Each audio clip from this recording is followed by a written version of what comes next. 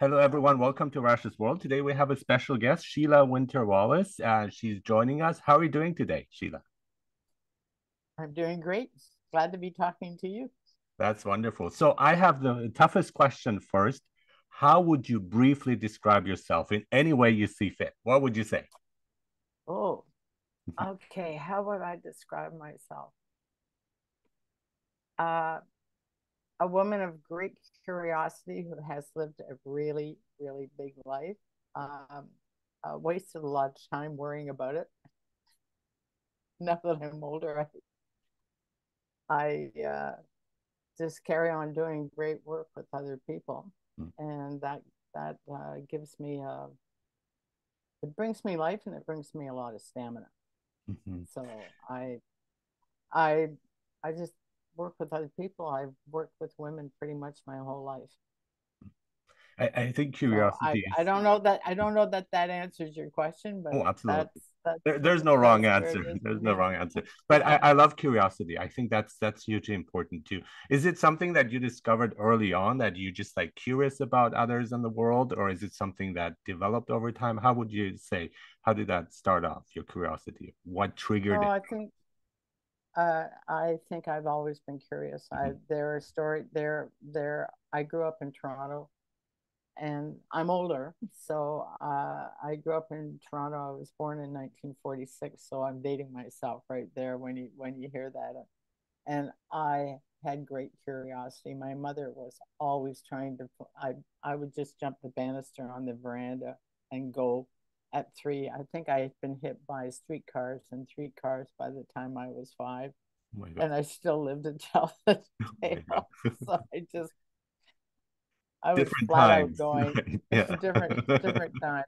Yeah, I'm sure I scared my mother out of a lot of years growth doing that. But yeah, the curiosity was there, always there. Mhm. I don't know that uh, it was always. I don't know that it was always encouraged in the way that kids would probably like it to be encouraged. Mhm. Uh, uh, just through cultural conditioning Mhm. that happens, and family is pretty much the vehicle for that cultural conditioning. But the curiosity has always been there. Yeah. Yeah. That's great. And so you're helping women mostly. What is it you do? Now, you're a spiritual healer and a coach, according to my information. And so, what do you do? How do you help them? And as well as, I'm interested in approaches and methods and so on. So let's talk about your work that you do with these women that you're helping. I generally work with women who are they're pretty successful. Mhm. They don't think they are. Mhm. They think they think that they are frauds in some way. In other words, the impostor Imposter syndrome. syndrome. Yeah, yeah. I was thinking of that. Yeah. Um, um, they they work hard. Mhm. They look to improve themselves. Most of them are, I think, longing to create something very unique to themselves. Um, and a lot of them are just afraid to speak up. Mhm. A lot of them are have great fears around money and what people are going to think about them. So generally speaking, it's somebody who's really really looking to not be perfect, although most of them have that perfect Drive, perhaps. impediment. Yeah. Let me put it that way. Yeah. Most of them have that perfect impediment. Uh, they're just looking to master their lives, and mastery doesn't mean perfect. It just means living life on their own terms, in their own way, with some joy and uh, without the responsibility necessarily that I think women generally take on for other people. It doesn't mean that they don't care. It doesn't mean that they won't help, but it means that sometimes uh, they end up feeling like they need to be the savior or the rescuer for everyone. Mhm. Mhm. And there comes a point when it for me, um, I knew things really early in life, and I can remember saying to myself at age 11, out loud to myself, probably playing hopscotch outside, if if I'm so brilliant, how come it's not working at school? Now, I wasn't hearing I was brilliant at home. Hmm. The school had already decided I was too slow. So you got to define these things for yourself. Hmm. Um, School was not for me. Not that I didn't like aspects of it, all the creative music programs and all of that stuff. But I don't think I really, really started to excel until I got into nursing. Hmm. And I mean, I had a lot of fear around that because you're dealing with people's lives. Hmm. You want to get it right. But at the same time, there was a massive curiosity that was happening. And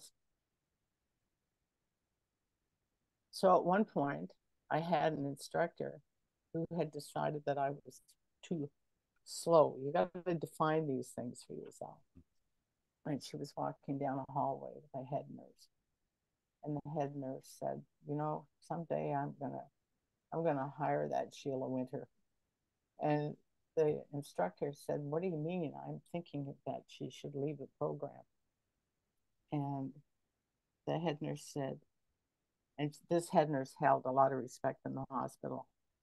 And the instructor said, whatever for I'm thinking of suggesting that she leave. And the head nurse just said, look at all her patients. Every one of them is sound asleep and nobody else's are. So I think I just basically had the gift in my hands, and I've had the gift in my hands ever since. And I, I modeled my parents; they were self-employed. So eventually, I took my nursing career and I studied cosmetology. I had I opened a retail store with a partner. We did that for 22 years. Well, I did it for probably about 15 or 16 years with her, and then bought her out, did that with her, did that till 2006. And all that whole time I was going to school, I was studying everything I could possibly study in terms of different things that I thought would help people. And it wasn't until I met my mentor. So by that time, um, I guess I'd been studying cranial sacral work and Reiki and Huna and Chuika, which is a type of bone medicine, and process acupressure and applied kinesiology, and you name it, I had done all of it, and advanced levels of cranial sacral work and somato emotional release. And the presupposition was, here's what normal looks like. You gotta map to normal. So you learn all these things to bring people into what you think normal is, but you don't even know what normal is yourself. And who And defines that? Yeah. who defines that? You have to define everything. And then I stepped in a very, very broken time in my life. I stepped into my mentor's program room and I went, oh, all meaning is context dependent. Shift your perspective, and then all of a sudden, nothing's broken anymore. Mm-hmm. So now, what does that mean in terms of economies of scale for actually creating business where you're doing something and somebody's paying you for a service? Mm-hmm. And uh, you don't hold them as fixable. Mm-hmm. Well, that was a life changing event for me, and that process started for me 17 years ago, Mm-hmm. and I never looked back. So there was something that happened over the years in that where I actually started to understand, like really grok in myself what joy was. Again, you got to redefine it because that word for most of my life had been suspect. People would talk about it, and I would think, what are they talking about? Like, what is that? Does that mean happiness? Does that mean that? No, there was just something about everything's okay, Mhm. even when the shit's hitting the fan and if there's a mess everywhere, Mhm. it's all okay. Yeah. So there's a Hawaiian chant that has two lines in it that are generally spoken, and they go Eli Eli Tapu, Mhm. Eli Eli Noah, and Eli Eli Tapu means the God force that I am created this mess. It's time to change it. Eli Eli Noah. Noah means to clean up. Eli Eli Noah means I can change my mind. I can take a different route. I can take a different route. Yeah. So, uh, yeah, that's I. It's a journey, and I'll probably be on this journey. I'm 78 years old, and I'll probably be on this journey until the day I decide it's time to go. Mhm. But that time hasn't come yet. So I think I've been also going through various years with a feeling of mild satisfaction with things, but not joy. And so when you realize how much deeper you could go with things, and often Yeah, it's a paradigm shift. So when it's some of the things I'd probably do exactly the same way, I would just feel differently about it. And so, and that is a huge thing because then you realize you're worrying about things, fretting over things, and it's not worth it. I mean, everything is okay. mm-hmm. And I think that is I think that that really changed a lot of things that I would see. And I enjoy things much more where you Right. don't feel that you have to prove yourself or that prove that you're not an imposter. And that kind of idea often blocks us. But we're all unique beings. And if we can really tap into that uniqueness, that's what we bring to the world, whatever that is in each of the cases. And I think that's hugely important to dive into and to explore. The idiom I am whole, I am unique, and I am essential to my world Mm-hmm. is one that I am not the author of that. My mentor is. It's an idiom that I think is worth hanging on to, Mm-hmm. practicing, allowing yourself to consider, even when you don't think it's the truth.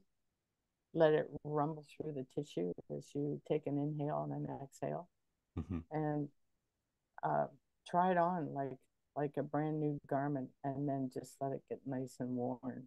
It's a good way to live. I think the problem for most of us, I once heard somebody say that religion is the politics of spirituality. That kind of worked for me because everybody's a spiritual Mm-hmm. being. They just don't they just often don't realize that, and I think they don't realize it because we have really had a mind share of there is a God out there and it's not you, Mm, right. Yeah. and And it's actually a God that's watching you, that's like punishing you, that's like yeah, rewarding you. So it's very tense. You get very paranoid about that. I feel like it's right, we don't feel that this God is on our side and wants the best for us often. We're just like feel like we're being judged, like the teacher or a parent and so on. So I think that's an issue because the love is missing, the connection and so on often. well, and by the same token, um, I think you have to define love for yourself. Mm-hmm. Again, love can be construed as a four-letter word. It is literally a four-letter word, Mm-hmm. but sometimes there have been some really powerful atrocities that have been committed in the name of it. And so, if another way that one might look at it is respect, integrity, and generosity of spirit. Mm-hmm. So that's something that I keep in mind. It's a pretty common word in the vernacular. So um, what love might mean to one person is going to be something different. I think generally speaking, a lot of the people around that are interested in the things that I'm interested to have held it as the glue that holds, you know, the stuff behind the stuff that makes things work. If if if you know what I mean. There's uh, if you if you just think about the quantum field, so uh, somebody worth really listening to. There's some great people out there to listen to. Greg Braden is one of them. Dr. Bruce Lipton, who really had the quantum sciences of the body. Nassim Harriman, who is another one, a quantum physicist who actually now has the science of the signal that each one of us is. So he talks about protons and Plancks, but you know when you go down, and I mean, I recently tried a meditation that he has developed for himself, and I actually did it in a moment. It was like I I went into the smallest imaginable particle, and then I had become one with the void. So think of the void as the field where nothing is good, bad, right, or wrong. Mm-hmm. That's true. And that's a hard one for people, but nothing is good, um, bad, right, or wrong. Where the point of deconstruction is actually the point of creation. So you cannot go out and build a new garden without putting a hoe into the earth and upturning it. So you know you're destroying what was and you're recreating. You're laying the ground for that. So it means that everything is viable, everything is useful, everything has its essential meaning. And when you choose to stop the thing that keeps you disconnected, tapu means the thing that I literally use to disconnect from myself. That's what it, you know, uh, Christian faith might call it the sin that, but that the sin is always intonated as bad. It's the thing that I use to distract myself from myself, to disassociate from myself and myself. So you want to come back online with the signal from self that you are. You you you need to change perspective. You need to change your mind. And so I'm saying you generally, but then when you actually allow for that shift, what you considered uh, as incorrect or non-resourceful or not working for you has the chance to reconstruct itself, reactivate itself, recreate itself differently into something that is working for you in the moment. And I like that. Mm-hmm. it's all happening in a breath. Mm-hmm. And that's I would say if you really want to claim the essence of who you are, allow the fullness of it into your tissue, and how you do that is inhaling and exhaling. Uh, the essence of who you are as a signal that is penetrating tissue is through the breath. Mm-hmm. And no breath, no life. That's really Yeah, how the for sure. Hawaiians talked about. They called the missionaries kales. Ha'ule means no breath, no Mm-hmm. breath, no life. Mm-hmm. So you know, the missionaries went to Hawaii to spread the gospel according to whatever, and the Hawaiians noticed that they weren't breathing, Mm-hmm. and that is that willingness, the first choice you ever make, that willingness to take a breath and own the truth of your experience in the moment. Like, oh my gosh, I don't like this. I'm really scared. I don't know what I'm going to do about this, but you got to own it for yourself. Yes, yes, that's important. And if you can own it out loud, Yeah. that's pretty great. So that sometimes we're in groups and we hold back Yeah. We don't own our own fear, and then we just go with the group because, oh, they it'll be okay. They wouldn't do that. Well, then you find yourself in a mess. So Mhm. it's like taking that breath and exhaling and owning the truth of your experience, and then continuing to follow what's happening in the body, Mhm. taking another breath, because you are literally a wave of energy and information. You want it to move.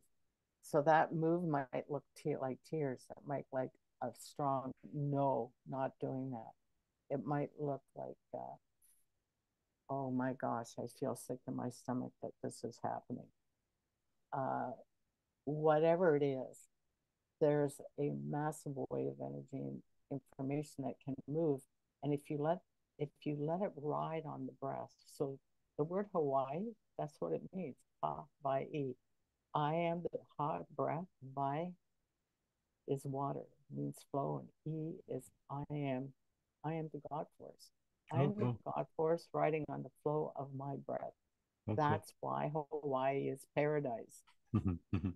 And breathing is paradise. You ask anybody who hasn't been able to breathe, they know that breathing is paradise.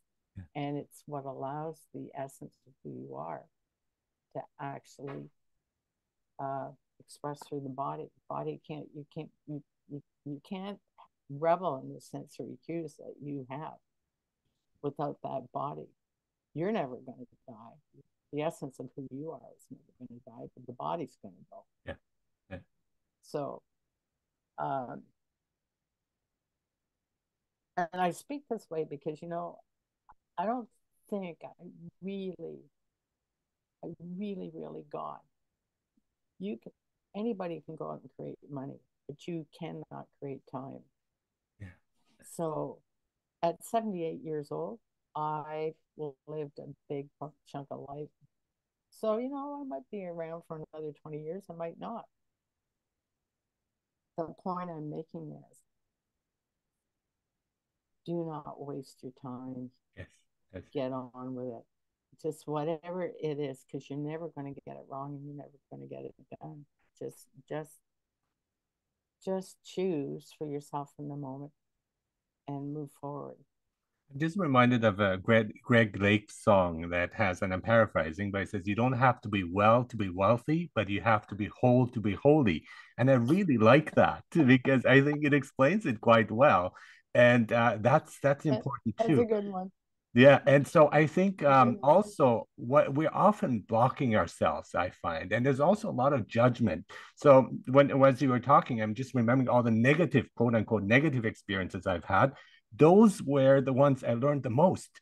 They shook me up, they woke me up. And I think when we prematurely judge something in a negative way and see it as a bad thing, there's actually we have to pause and again kind of listen to the experiences that we have, the body and the emotions that kind of come up, and then learn from it and move on and not see it as necessarily something negative, but you can turn it into gold and not to be stuck in that a toxic way of negativity of thinking like this is bad and then or seeing yourself as somebody who can't move on because of that, but just to overcome it in many ways. And I found those experiences were usually the best, and I thank the people who did that to me because Yeah. they taught me a lesson.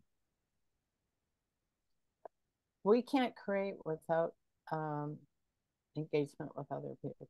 Mhm. I mean, I remember my mentor, Louise LeBrun, actually saying to me years ago, you wouldn't have to worry if you lived on a desert island all by yourself. You just make your own decisions. Mhm. You wouldn't be worried about anybody Mhm. else. Mhm. And I kind of chuckled. Well, and the same Harriman, it's the same thing. I just heard him recently on an Evan Carmichael podcast saying, you know, if you weren't in creation with other people, you'd be bored out of your mind. Yeah. And and, and so it's useful to remember, and I really think this is the truth of it, that we are perceivers, we are projectors. Yeah.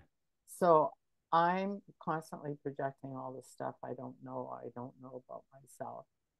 And so the journey I'm on, the great curiosity allows me to find out more about myself. And I have to tell you, there's been lots of times when I didn't really like what I was finding out about myself. But metaphors and patterns, those are the things that really work in my life. I metaphors allow me to take an abstract perspective. Perspectives uh, can be broad or it can be narrow, and uh, depending on how you're thinking about your life.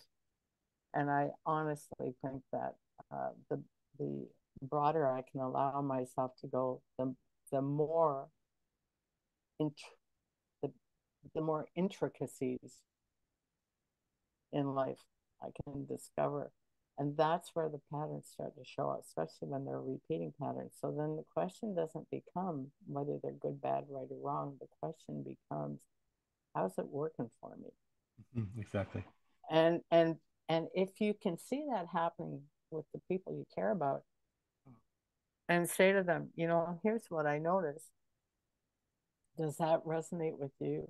Mhm. And they'll tell you yes or no. You can trust. You don't have to be right about it. You can just tell them. Mhm. And they're going to say, they might get on the defensive, they might not, doesn't matter.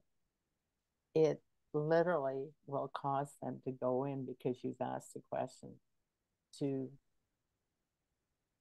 if they take a breath, they might raise their perspective and think, well, geez, is that true for me or not? Uh-huh. And own whether it is true for them or not.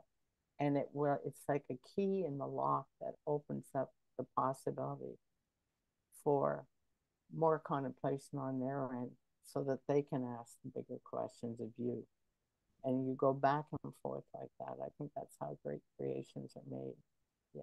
Yeah, absolutely. And I think that one of the issues is also that drive for perfection. The drive itself is probably okay, but like reaching perfection, I find that horrible. I think it's like that's bland. When you reach perfection, it's like what's next? What now? I think that's kind of like it's not really helping. We are not perfect beings, and we cannot really be, but that's fine. It's really that kind of process of again learning and not striving for something that's impossible to attain. And that's something I found when I try so hard to be as perfect as possible. That created a lot of unnecessary stress.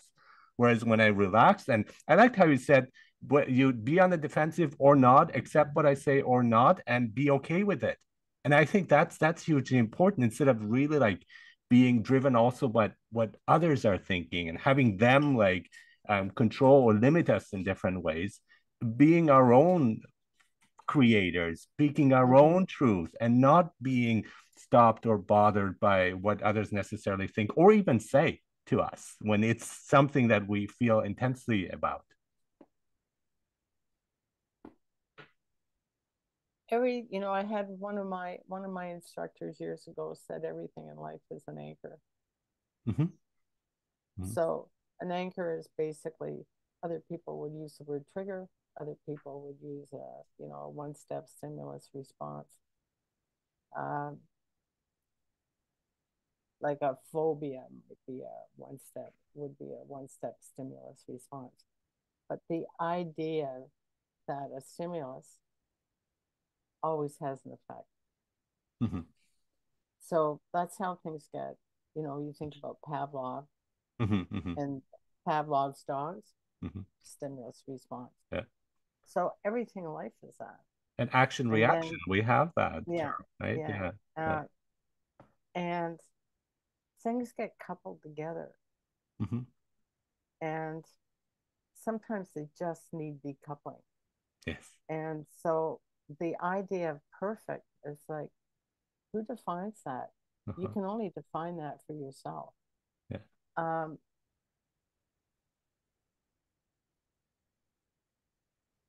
who defines it, and what's the motivation behind it? Yeah. So a lot of people, I think, and so it brings up the question of self-worth and worthiness. Mm-hmm. That's it. Good, That's it. good enough. Mhm. good enough. Mhm. And so often the striving for self perfection is a genius strategy running uh, to move away from I'm not good enough. Yeah, And then when you can allow yourself to just take a breath and exhale and try that on for size, and you know, it gets so wired in over time because we're all expected to not be good enough. That's what drives the economy. We yes, don't have enough. Just yes. a, any any any currency it's gonna, and I'm not talking financial currency here. I'm talking about currencies of of whatever in life you would call Mhm. a currency that would be a resource to you. Mhm. And these things get defiled, Mhm. Mhm. and so it's always a move away from the very thing that you're looking for. Mhm. But perfect is like that just becomes a big roadblock. Mhm. Exactly. Yeah, a roadblock. I love that. So So one of so I yeah, I think I just think that, you know, I mean, I've gone through a lot. I'm still finding areas. I'm still finding, for sure. I'm still finding areas. But what's happened for me is the judgments dropped out. Yeah, that's it. And Yeah. that and most of us don't want to hear the judgments that come with it. It's like we've still got all these old gremlins on the back of our necks going, hey, Yeah. listen here, listen here. Yeah. And it's not true. It's an No. illusion. No. So uh, I can't stress enough stopping and taking a breath. That is the thing that will save your life. Exhale. Yeah, yeah, yeah. Now, Pausing, nursing really could, pausing and looking at things too, instead of also immediately right, reacting. And I think that one thing that I don't like, I hear often, is be the best version of yourself. And I'm thinking, well, the best version is who I am truly. So that should be it. Why right do now. we want another This is, version? Yeah, yeah, well, this is the best version of myself is who I am right in this moment. that's it. So, it's kind of the same metaphor as going for an x-ray. Huh. And so the x-ray shows something up. And Mhm. it's a snapshot of what's happening in the body in that moment. Mhm. But everybody then looks at the x-ray and says, well, that doesn't look right. So now they're going to focus on it and make it a thing. And so you're actually going to create the thing, even though if you took another perspective on it, because we do have that power. We just don't think we do, but we do have that power. Mhm. So if if somebody uh, has fear around that, and that fear is ingrained, that is part of the mind control that's been going on forever. Just be fearful. Mhm. If COVID was one of those things Mhm. where how many people died of fear and not not what we were being isolated for. How many people died of isolation? Mhm. So that's a whole other story. I'm not going to specifically go there, but as a metaphor, it's really, really huge. That fear is a big driver. Buy it now, because if you don't buy it now, you're going to miss out. You know, do this now, do that now. Everybody's scrambling because of the fear. The best way to dissipate fear is stop and you exhale and you do it again and again and again because it's going to take the body from a sympathetic response into a parasympathetic response. And not to be And when afraid of fear itself, and that's another thing that we often are, and exactly, it's that's important too. exactly. I'd like to talk about your technique that you use, somato emotional release.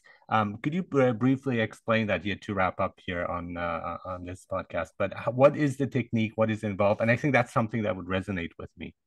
Well, I developed something years ago called body spirit integration. That's cool. So um, I've kind of given myself that title, a body spirit integration specialist. Mhm. I I started out life as a nurse. I studied all kinds of modalities, in order to uh, create assessments, create relaxation responses in the body, uh, primarily to get people through their pains. That's, Mhm. physical pain, their emotional pain, their spiritual discomforts. And my first love has always been cranial sacral work and somato emotional release.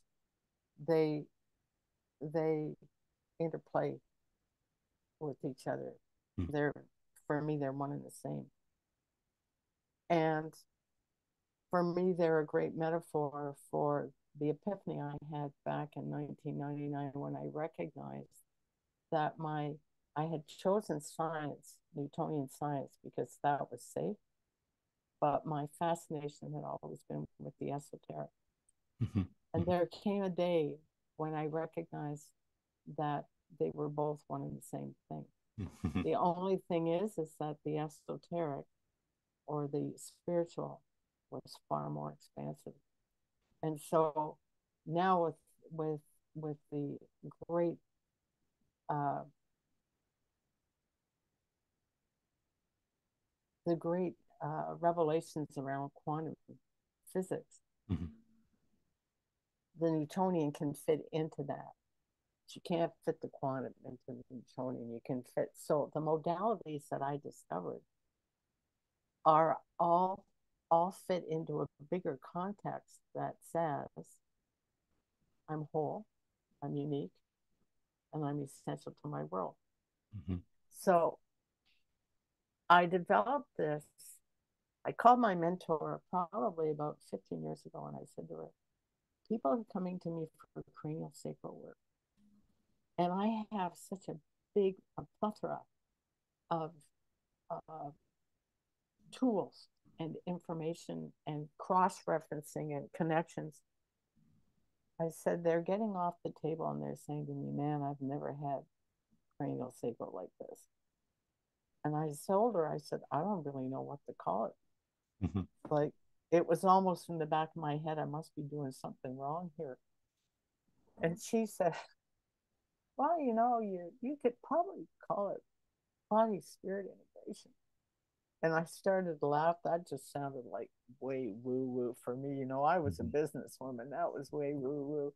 Mhm. But I went, I'm going to try that on. And then I said to her jokingly, well, as long as we don't call it IBS, irritable bowel Yeah, syndrome. yeah, yeah, yeah. So I just started working with that. Mhm. And people started coming.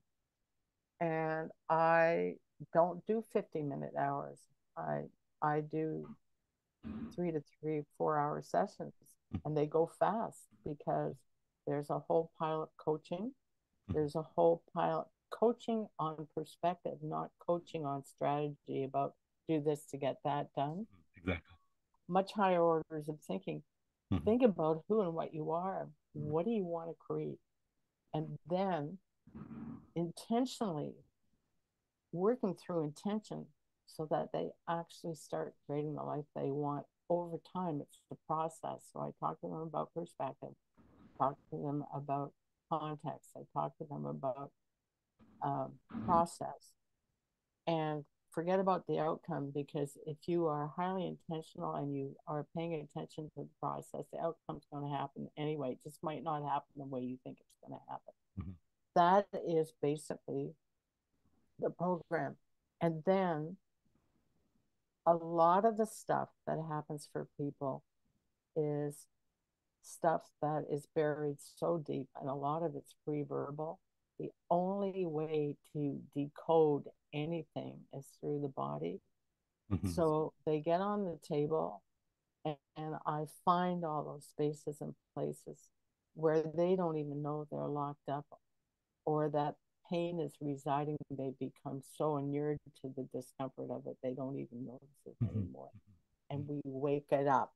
Mhm. And Mhm. as we wake it up, We release it in a way, right? well, it's like the body literally digests it and Mhm. metabolizes Mhm. it. The Yeah, way yeah, you would eat a yeah, banana, yeah. you have the digestive enzymes digest, metabolize, Mhm.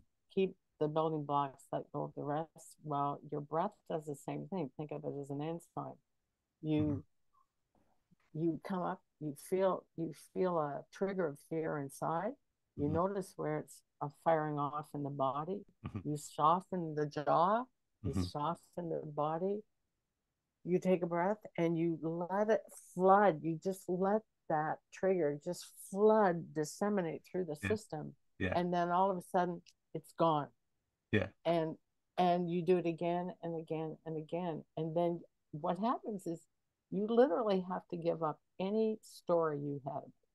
Mhm. All the stories that you ran about, it must be because I slept the wrong way, or it must be because I stood on my head, Right. Right. or you know Yeah. all those stories that you tell yourself, Mhm. you end up giving them up because they're irrelevant. The Mhm. only I once had a an instructor say to me, the only content and content worth knowing.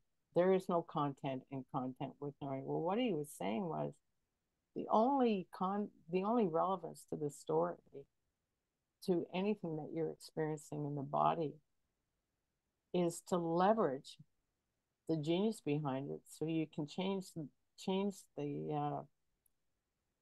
you can change the body. And Mhm. as you're changing your body, because all matter, bodies, or things that look like intangibles, but you brought them, like you created a podcast for yourself. There Mhm. was an intention, there was an Mhm. idea, you created a podcast for yourself. Now you're actually engaging with people Mhm. in a podcast. Can you put your hand on it? Maybe not, Mhm. but the outcome still mapped to an intention, Mhm. and how you got there uh, is was all part of a process. And I'm sure there were things that went this way. No, it's not the way I want it to go. This way I want, and you just keep your focus on the intention, and the outcome is literally going to happen. Well, that same structure works in the body. Mhm. Things that show up in the body, like a tumor, will have started, not good, bad, right, or wrong, as an idea, and an idea that we just kept deciding on. So it becomes a belief system. Mhm. Mhm. And then all of a sudden, there it is.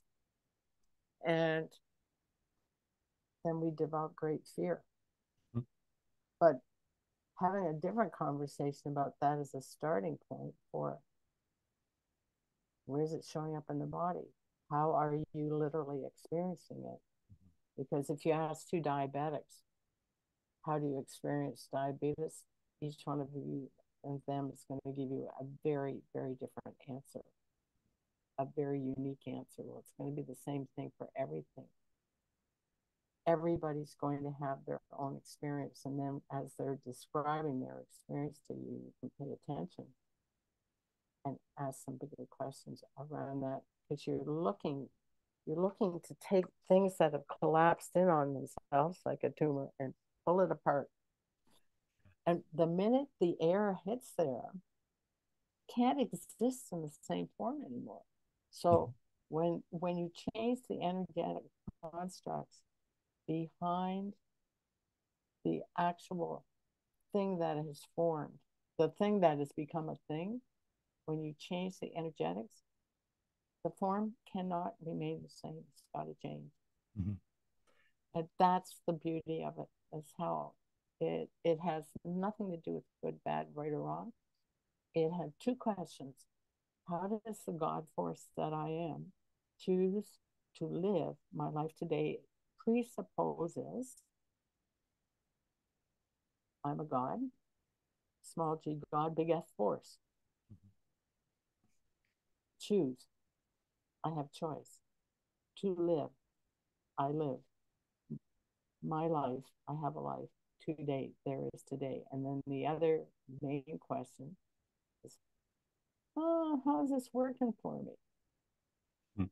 And own it. If it's working well, carry on. If it's not, well, then what else is possible here?